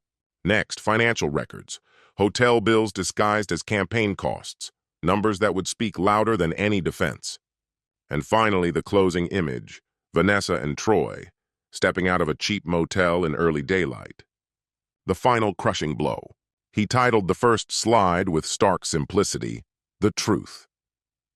As he reviewed the presentation, he began noting down potential lines for his moment on stage, phrases that would land hard during the brief silence that would follow the initial shock. His words needed to be deliberate and potent. A few themes swirled in his mind, perhaps a pointed message about honesty. The rough shape of it had first come to him the night he uncovered the affair, something exposing her hypocrisy, directly addressing the crowd's right to know. He drafted and redrafted a short statement. It carried heat, but it wasn't an outburst, more like a final statement from a prosecuting attorney. At its core, it condemned Vanessa Hawthorne for both her marital infidelity and her betrayal of public trust. The proof, he would say, lay in her affair with Troy Eastman, her campaign manager, unfolding even as she publicly touted family values. He could no longer let the lie persist. He'd close with a line or two about integrity and leadership, perhaps one quiet surgical phrase just for her, to make clear how deeply she'd wounded him. But he'd restrain himself. This wasn't about his heartbreak, it was about pulling the mask off her deception. He rehearsed the technical side meticulously. The casting device was hidden in plain sight, presented to the event's tech crew as part of a surprise slideshow tribute he supposedly prepared for Vanessa. They had even helped him test it under that pretense, checking for compatibility with the event system. Everything was in place. On the day of the rally, he'd bring his tablet on stage, and with a single tap, the slides would go live, revealing not a celebration, but the truth. The evening before the event, Vanessa arrived home earlier than usual, likely aware of the symbolic importance of the day to come. She seemed to want a restful evening, maybe even to present an image of familial warmth. The children were visibly excited to see her at the dinner table for once. Samuel quietly watched as she chuckled at James's attempts at humor and praised Emily's science fair poster. She was, at least outwardly, slipping into the motherly role with ease, perhaps out of guilt, perhaps as part of the same performance she'd perfected elsewhere. After dinner, once the children had gone off to bed, Vanessa approached him in the kitchen. He was rinsing plates when she came up behind him and slid her arms around his waist. The sudden physical closeness caught him off guard. Such gestures had become rare and usually reserved for public appearances. His body stiffened, but she gently leaned her head against his back. "Thank you," she murmured. "For what?" he asked, not daring to turn around. He was afraid that meeting her eyes would crack the calm facade he had labored to maintain. "For everything. For standing by me." Her voice sounded sincere, even wistful. "Tomorrow's huge. I couldn't have made it this far without you, Sam." He clenched the edge of the counter, feeling his chest tighten. The nerve, to seek comfort from the very person she had deceived. Or was this her way of saying goodbye, anticipating that once the campaign dust settled, she might finally confess? It didn't matter anymore. He simply patted her hand with awkward detachment. "I supported you because I believed in you," he said. And oddly enough, that still held some truth. He believed she was a fraud, and someone needed to show the world. She stepped beside him, searching his face. "You've felt far away lately," she said. "After tomorrow, maybe we can talk? Reconnect?" There was a fragile hope in her gaze, almost desperation. He looked at her and offered a soft, practiced smile. "Sure. We'll have plenty to talk about," he said. More than you can imagine, he thought. For a moment he wondered whether a trace of remorse stirred in her, whether the way she glanced down and bit her lip signaled regret. But if there was guilt in her, it came far too late to matter. They went to bed early. Samuel barely slept, mind looping through his mental checklist, readying for every outcome. Vanessa drifted off holding his hand, which nearly made him laugh, quietly, bitterly, at the cruel irony of it. He waited until she was asleep, then slipped his hand from hers, unable to maintain the illusion.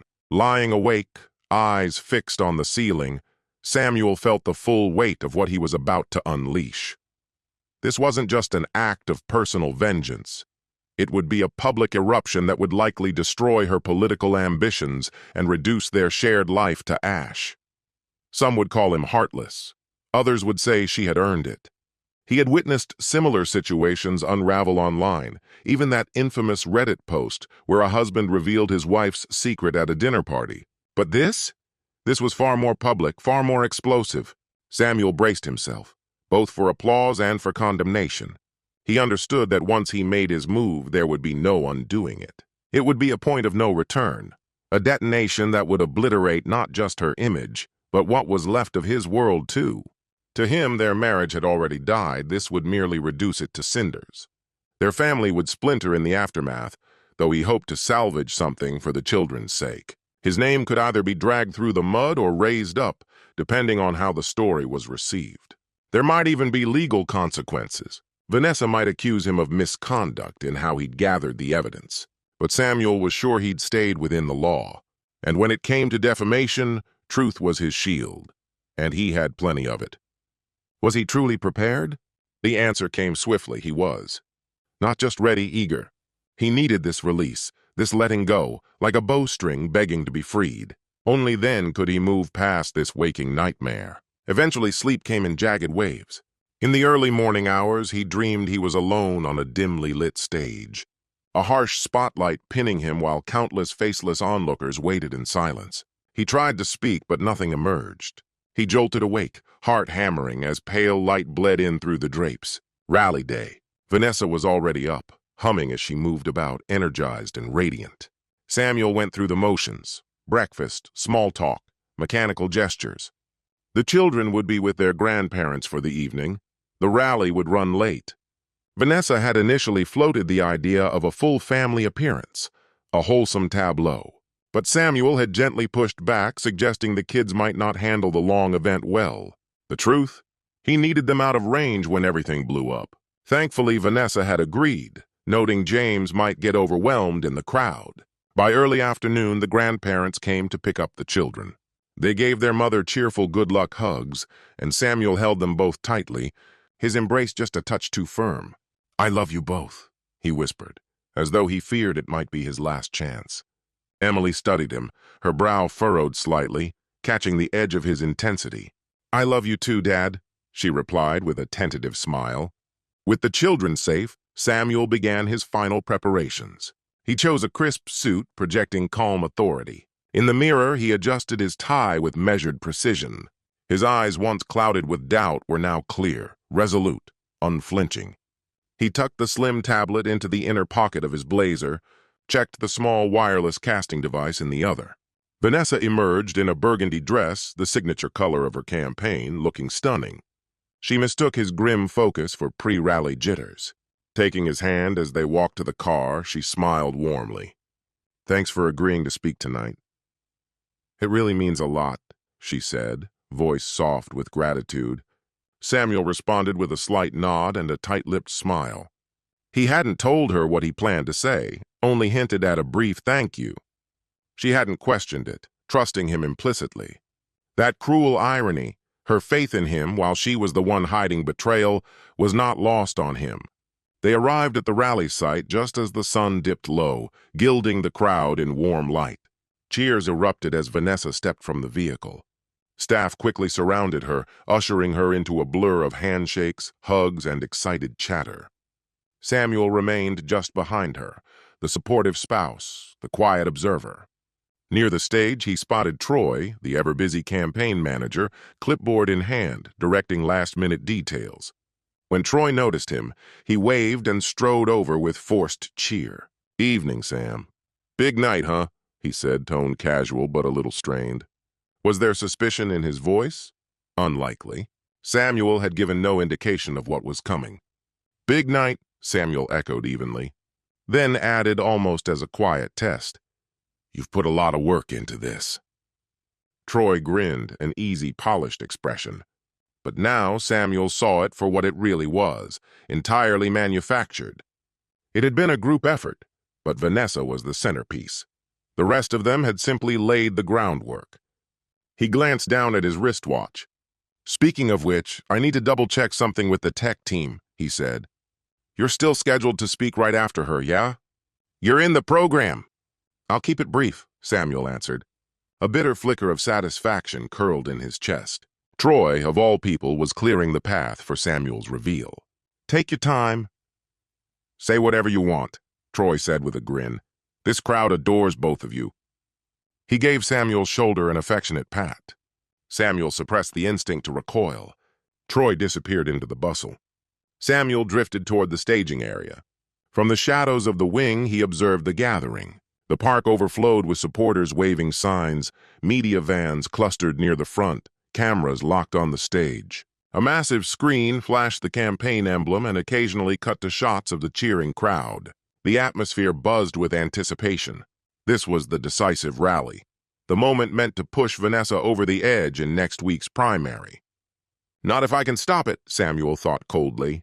Vanessa was behind the curtain, focused, reviewing her talking points. Samuel kept his distance so as not to disturb her.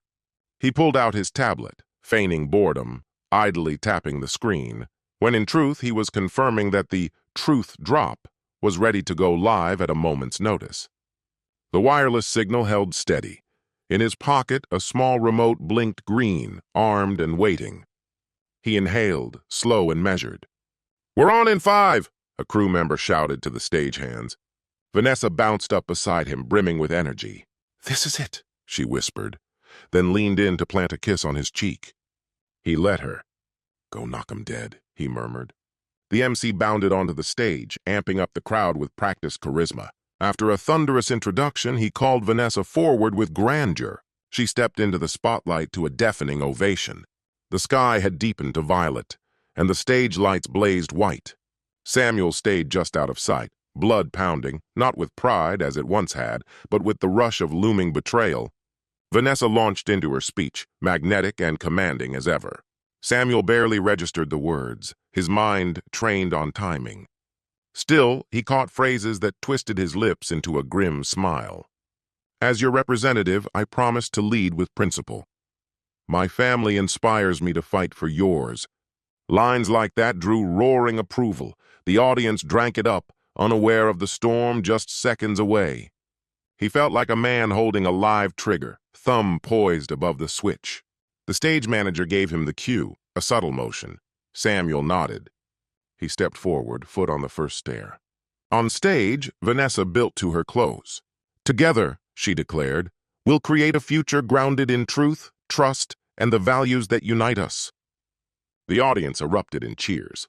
She waved to them as the MC reappeared. "And now," he said with theatrical flair, "a few words from someone very special. Vanessa's husband, Samuel Hawthorne." It was time. Samuel climbed the stairs with steady steps, pasting a warm, polished smile on his face. Polite applause greeted him. Vanessa turned, beaming, no doubt expecting a loving endorsement. He accepted the microphone from the MC. With practiced ease, his other hand slipped into his pocket and pressed the fob. The tablet synced instantly with the big screen. "Thank you," Samuel said, voice smooth as glass. He cleared his throat, cutting through the ambient chatter. The audience fell silent, attention narrowing to him. And to Vanessa, poised just behind him, beaming with affectionate confidence, unaware. Bathed in the harsh glow of the overhead lights, Samuel felt an unexpected stillness settle over him. The pivotal moment had arrived, and he welcomed it without hesitation. "I wasn't planning to make a long speech tonight," he began. His tone calm, candid, truthful enough. "But there's something important I feel I need to share, about honesty." From behind him, he caught Vanessa's soft, supportive laugh, a gentle, approving sound, as if touched by his choice of theme. The bitter irony clung to his throat like smoke. Samuel's voice gathered strength as he pressed on. "Honesty really is everything, just as Vanessa once said. Trust is the foundation. Strip that away, and all the promises, the applause, the rehearsed words mean absolutely nothing." He cast a glance in her direction, waited, deliberate. Vanessa nodded lightly, perhaps thinking he was reinforcing her message. "In that spirit," Samuel continued, his voice now edged with steel, "I believe it's time we all practice some real transparency." A faint ripple of confusion stirred in the crowd at his altered tone. Vanessa's smile faltered, the corners of her mouth losing shape. At that moment, Samuel pulled out his tablet, tapping the screen decisively. Behind him, the giant display flickered to life. A photograph flashed onto the screen, clear, undeniable.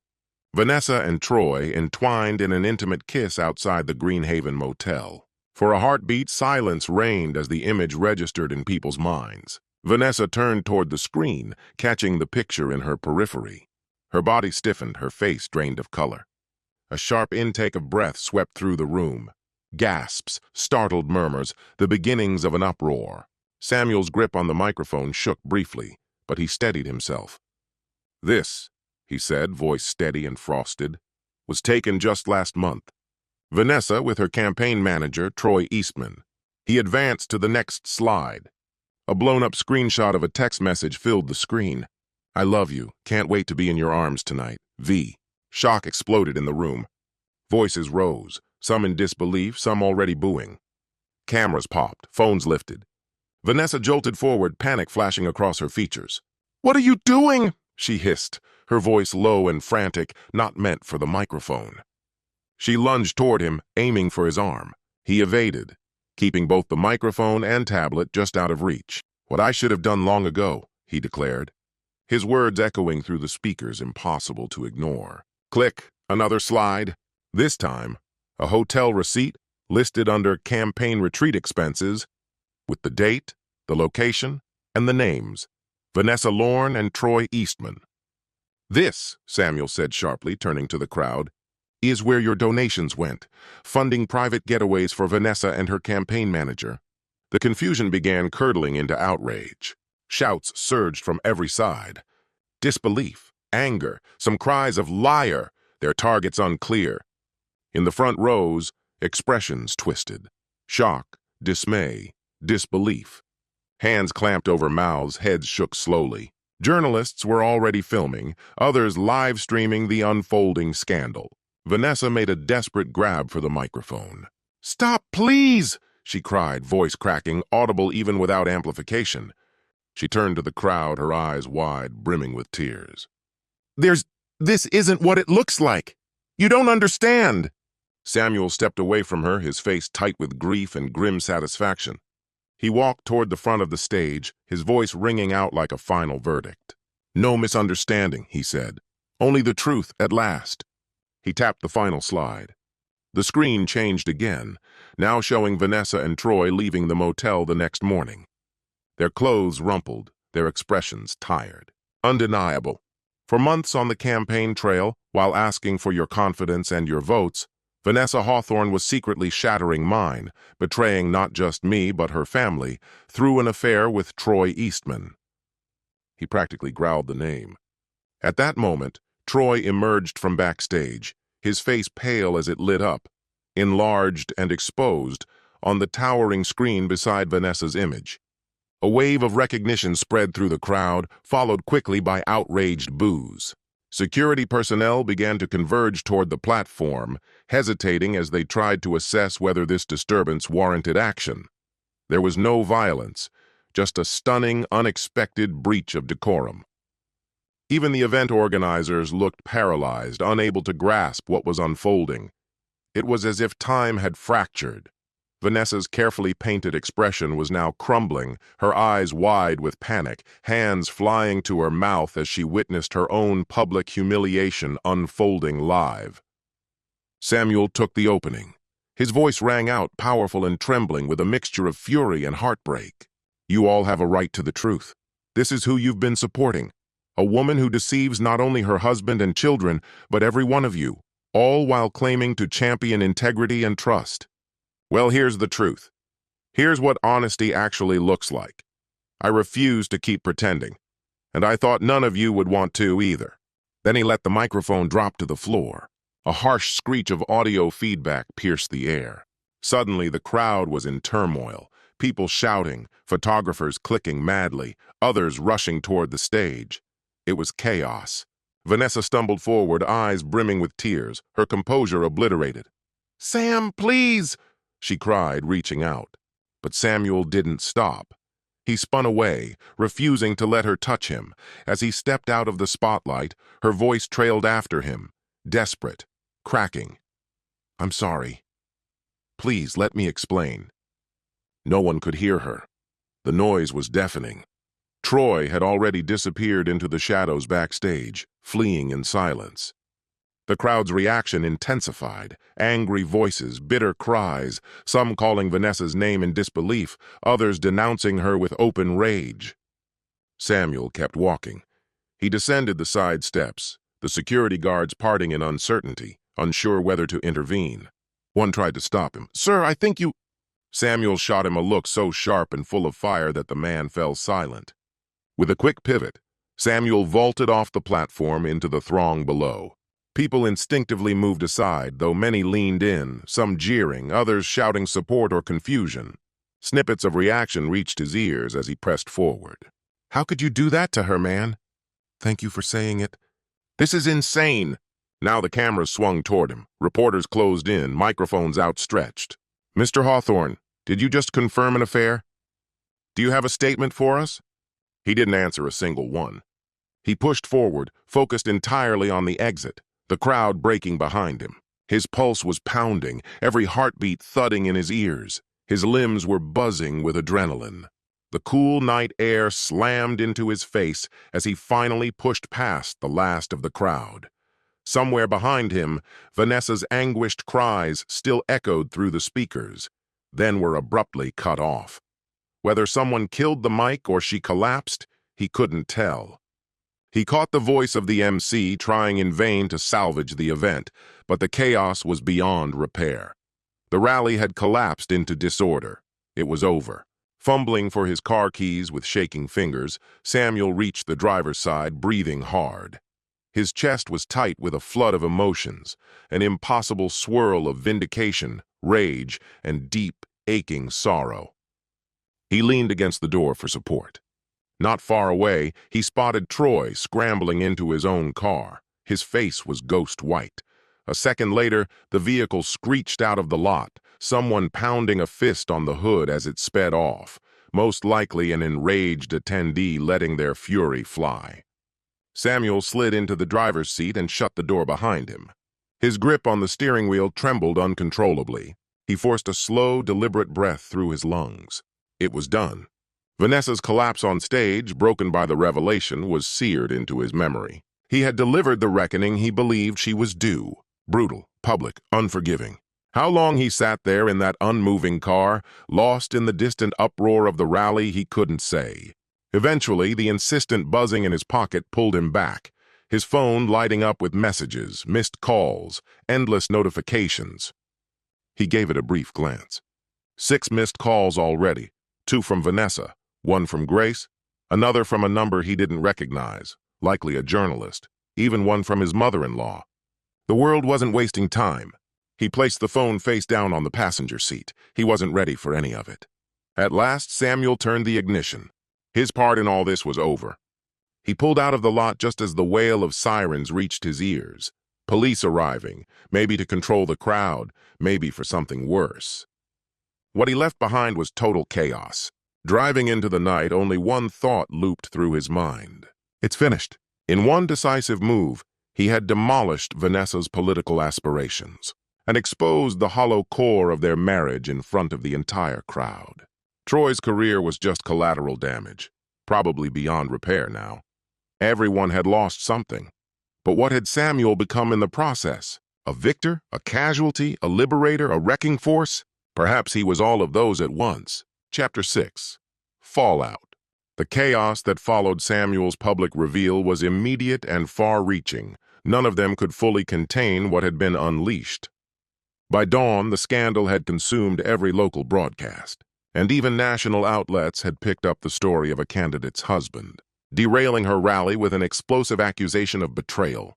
Clips of the event, especially the moment the damning images were shown on the massive screen and the audible gasp from the audience, flooded the internet, racking up millions of views within hours. Social media ignited, hashtags trending, the scandal dissected in real time. Samuel watched pieces of it from the isolation of a hotel room. He hadn't gone home after it happened. Instead, he checked into a hotel downtown under his own name, fully aware the house would soon be besieged by reporters if it wasn't already, and unwilling to deal with that circus. He needed air.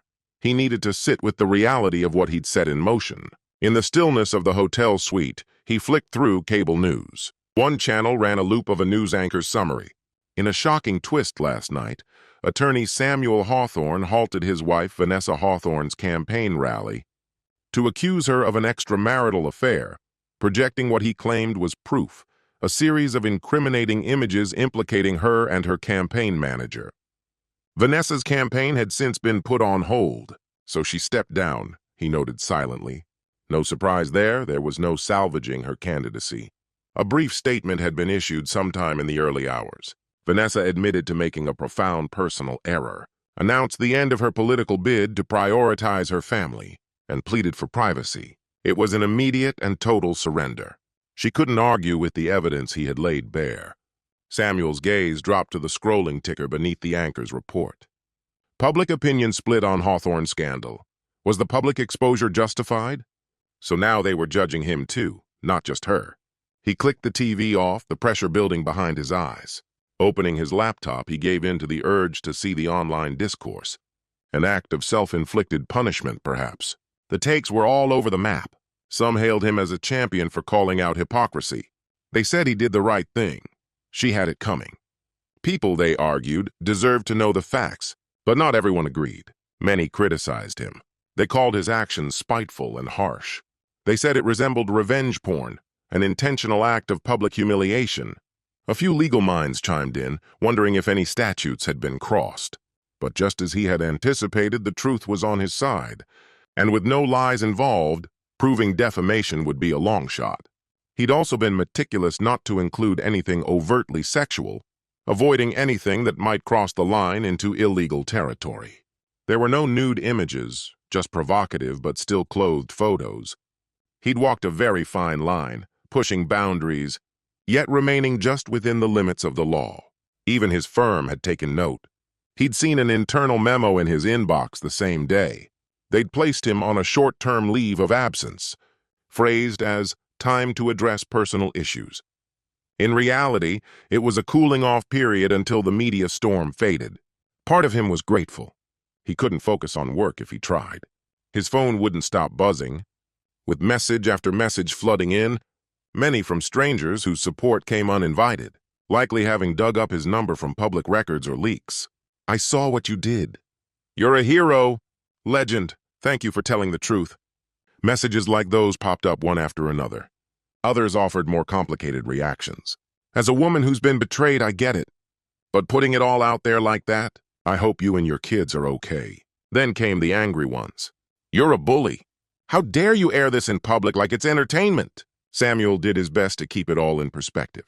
Most of these people didn't really know him. They only knew a headline. To them, he was just a viral character in someone else's drama. There were messages from people who mattered too. His best friend Michael had sent a simple text. I'm here, no judgment. Grace had left a voicemail, her voice breaking, saying she hadn't known the full story, apologizing, offering help. He hadn't seen anything from Vanessa, not yet. But Troy had messaged. Unbelievably. I'm sorry for everything. Please don't destroy what's left of my life. Samuel stared at it, disgusted. Then hit delete. It was already too late for Troy. His career as a political consultant was in ashes. No campaign would want a scandal magnet. Word had already spread that the party had officially denounced both Vanessa and Troy, trying to clean up the mess and move on. But the only voices Samuel really cared to hear belonged to his children. That morning, he placed a video call to his parents' house, knowing Emily and James would be there. Vanessa hadn't shown up to take them, of course. His mother answered with a tired, worried look, then turned the phone toward the kids. They looked lost, upset, unsure. Even if they didn't know the full story, they could tell something serious had happened. Dad, what's going on? Emily asked. Her eyes were swollen, her voice small. James stood close, nervously silent. Samuel's chest tightened. This was the part that hurt the most. I'm sorry, he said gently. Your mom and I are going through a very hard time. What you saw on the news, it's real. Your mom made a mistake. And I reacted in a way that everyone's now seeing. I'm sorry you had to be part of this. At just 14, Emily's perception had sharpened beyond her years. Did Mom cheat on you? She asked, her voice unsteady, raw with emotion. There was no tact in the way she said it, just a blunt search for clarity. She must have pieced it together from the media coverage or caught fragments of hushed adult conversations. Samuel gave a solemn nod, his eyes brimming. Yes, sweetheart, he said softly. Hearing it so directly from his daughter shattered something inside him. James sat between them, his young mind not yet grasping the full scope, but fully aware that something in their family had cracked. I don't get it, Emily pressed on, her tone caught between rage and sorrow. How could she do that? And why would you confront her like that, in front of everyone? Her words weren't accusatory, just stunned. She was trying to make sense of the betrayal from both sides. I wish I could explain it better, Samuel replied, trying to steady his voice. I was hurt and I wanted the truth out. Maybe I didn't choose the right way to do it. Maybe I made it worse. But what I need you both to know is I love you. That's never changed. None of this is because of you. His voice cracked at the end. We're still a family, just not the same kind. James sniffed, his lower lip trembling. Does this mean you and Mom are getting a divorce? He asked, the question everyone had dreaded. It hung there, weighty and irreversible. Samuel looked toward his mother, who was silently crying in the background, unable to shield her own heartbreak. I think so, buddy, he answered quietly. I'm so sorry. James began to sob, and Emily reached out, pulling him into a shaky embrace. Tears streamed down her cheeks, though she tried to stay composed. We're staying at Grandma's, she said, her voice thick with emotion. But can you come? I don't want to deal with all those reporters at the house. Her words tumbled out, fractured and rushed. You'll come soon, right? Maybe tomorrow? It's all too much right now. Samuel ached to hold them both, to somehow shield them from all of it.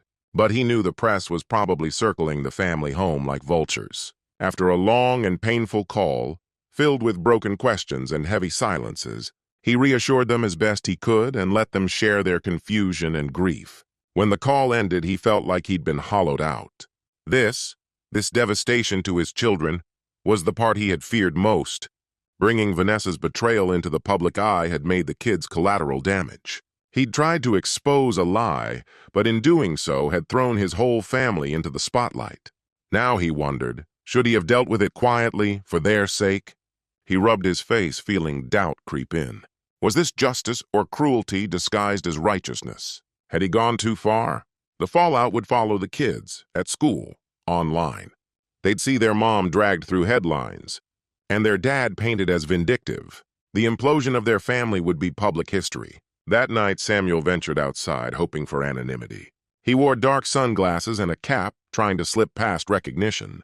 At a quiet cafe, he sat by the window with a coffee he didn't touch. Nearby, a couple chatted in hushed tones. Can you believe what happened at that rally? One said. Even if she cheated, to be shamed like that, God, I'd want to disappear. She got what was coming, the other replied. No sympathy here. You betray someone, you deal with the fallout. He just exposed the truth. Good for him. They didn't notice the man sitting just a few feet away, the one they were unknowingly dissecting. Samuel sat there absorbing each word like a bruise. Eventually, he left the cafe and wandered through the city without purpose. He passed a newsstand and froze. There, splashed across the front page, was Vanessa, mid-collapse on stage. A massive screen behind her captured the instant she raised her hand to cover her face. In the foreground, Samuel, microphone in hand, framed by the moment that had changed everything. Headline: Public scandal unfolds as husband reveals affair at campaign event. He never imagined he'd one day be the subject of breaking news. His phone buzzed again. Vanessa. He had ignored her earlier calls, but this time he answered. Stepping into a quiet alley, he picked up the line with a hushed, hello.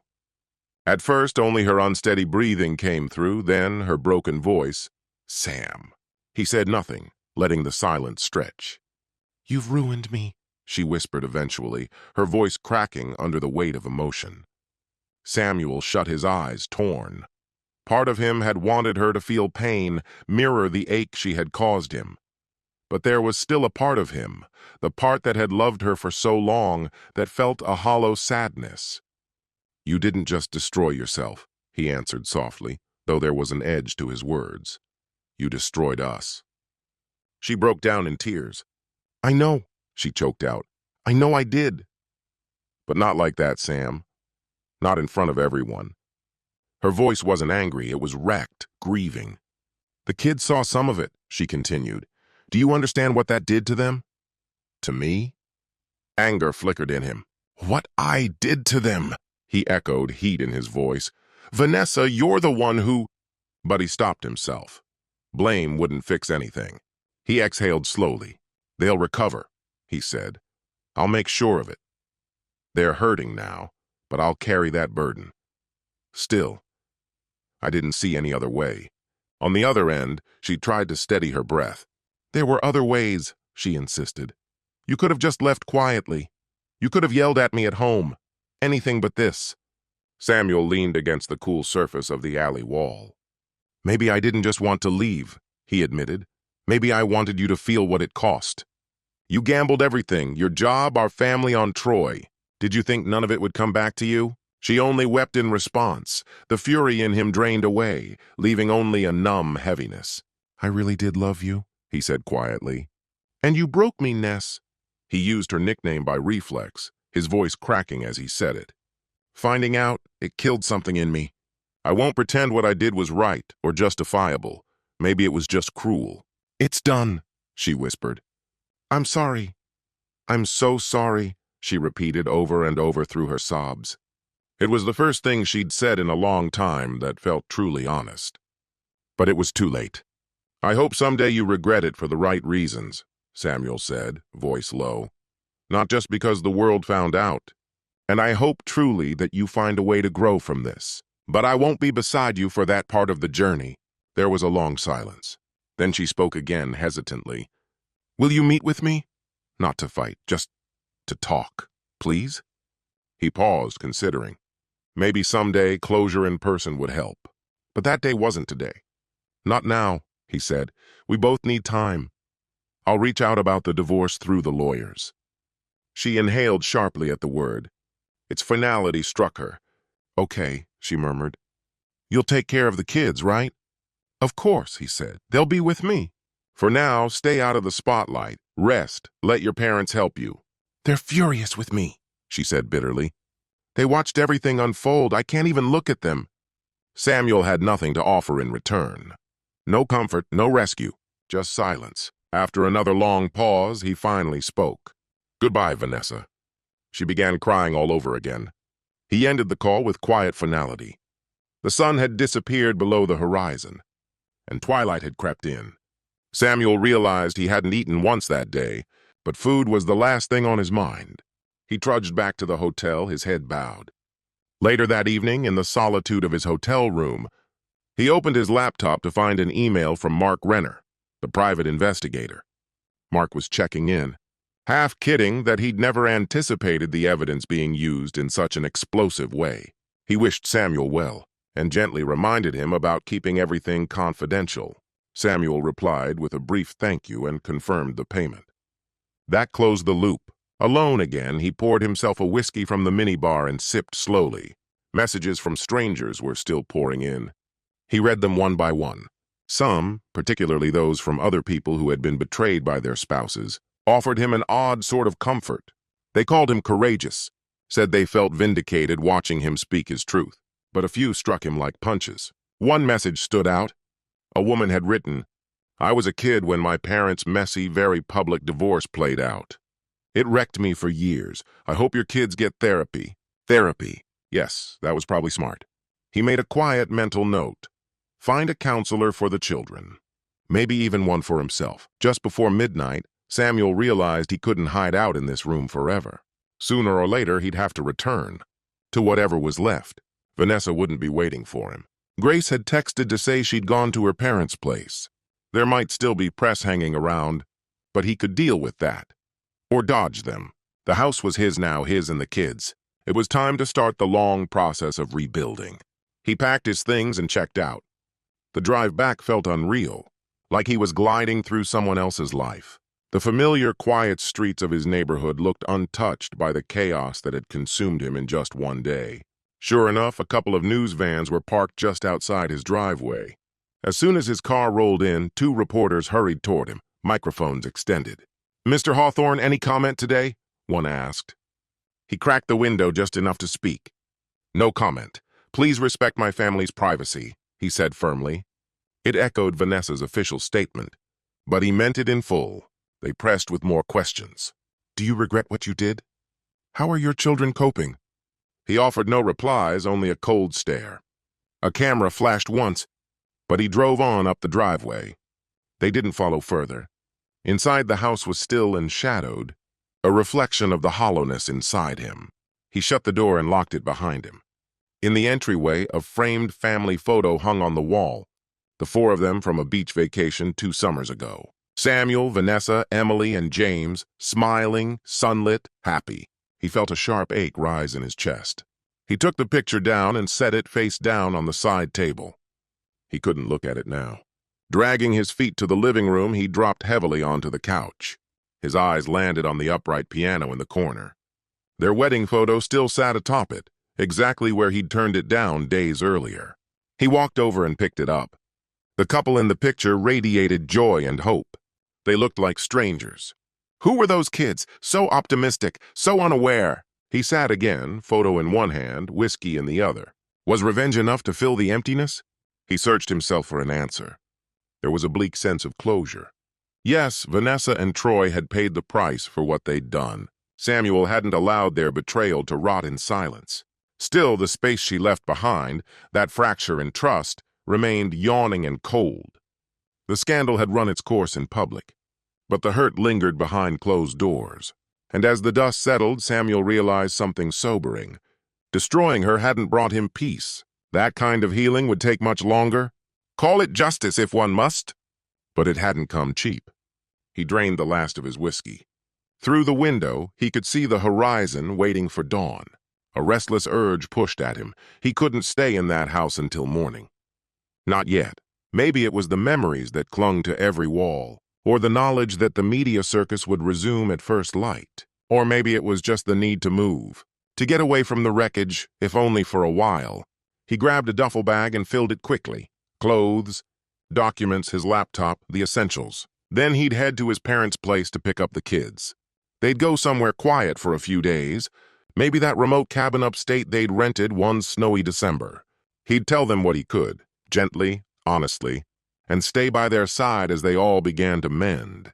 They would figure out how to move forward, together. Before leaving, Samuel took one final walk through the house, that once brimmed with laughter, warmth, and hope. He set down a photo, their wedding day, on the coffee table, and looked at it for a long moment. "I'm sorry," he murmured, to who he used to be, to the children now caught in the middle, and maybe even to Vanessa, somewhere in the shadows of that thought. Then he turned, walked out, and closed the door behind him on what was left of that chapter. As he drove into the dim hours before sunrise, he didn't know where the road would take him. What he did know was this: guilt rode beside him, and the loneliness had settled in like an old companion. Revenge had been real, sharp and satisfying for a moment, but even that was fading fast, leaving behind the same emptiness he thought it would erase. Would the truth now laid bare be enough to set him free? Or had it just given him a new kind of prison, one built from regrets and what-ifs? Time would answer that eventually. For now, Samuel had shed the lies, and that at least meant something. The rest, repairing the broken pieces of himself, relearning trust, guiding his children through what came next, would unfold day by day. And as the first rays of sunlight stretched across the horizon, Samuel Hawthorne kept driving, heading into the unknown morning that marked the beginning of whatever came next.